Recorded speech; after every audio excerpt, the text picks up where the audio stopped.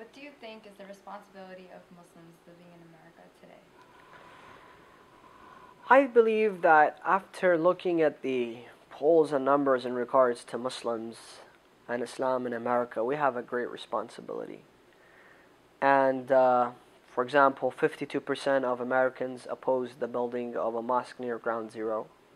39% of Americans would be afraid or nervous if there was a Muslim man on the same flight as them. 18% of Americans would feel nervous if there was a Muslim woman on the same flight as them. I believe 39% would be nervous if they had a Muslim neighbor. And the number goes on. And in another poll I read that 52% or 50% of Americans say that Islam is more likely to promote violence than any other faith.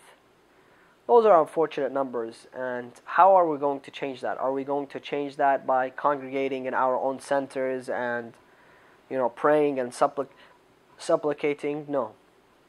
We're going to have to change that by opening up our doors to others, by creating bonds and friendship with others, by using the media today in order to promote the message of Islam, show the true colors of the Muslims, define Islam in the best way possible, and use educational means and tools available to us in order to do that.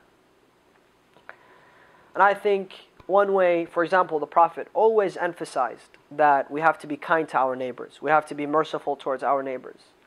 And if we have 10, 12 million Muslims in America, and each Muslim was kind to his neighbor, that would create a big change, and we would be able to change those numbers.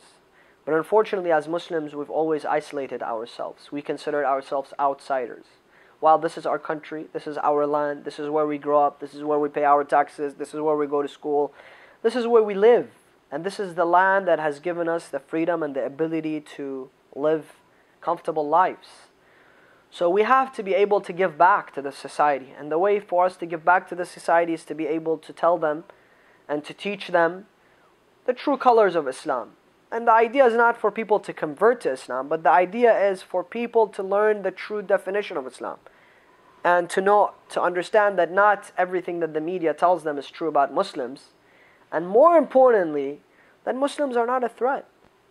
That they can have Muslims as their friends, as their close friends, as their brothers and sisters living next door to them.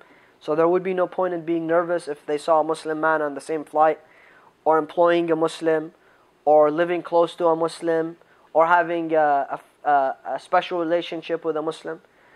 Those are all the things that we can do by by opening up our doors, creating bonds and friendships, by being able to, and the main responsibility obviously is for us to educate ourselves. We live in a country that has a lot of Christians. We have to read their books. We have to understand what they have in their books. There's a lot of Jews. We have to understand and create bonds with them and read their books and educate ourselves about them. Similarly with Hindus, similar with Buddhists.